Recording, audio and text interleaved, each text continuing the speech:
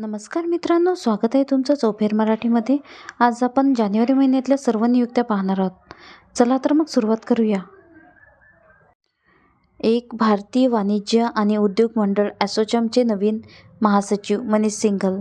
2. भारतीय विशिष्ट ओळख प्राधिकरण UIDAIचे CEO IAS अधिकारी भुवनेश कुमार.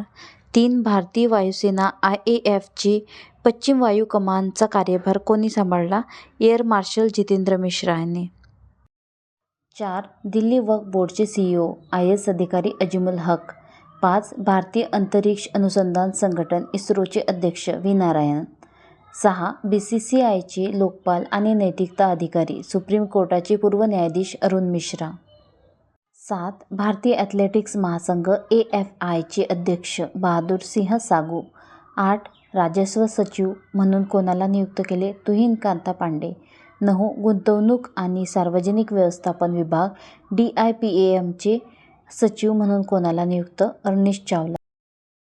10. केंद्रीय रिझर्व्ह पोलीस बल CRPFचे महानिदेशक भारतीय पोलीस सेवा IPS अधिकारी ज्ञानेंद्र प्रताप सिंह.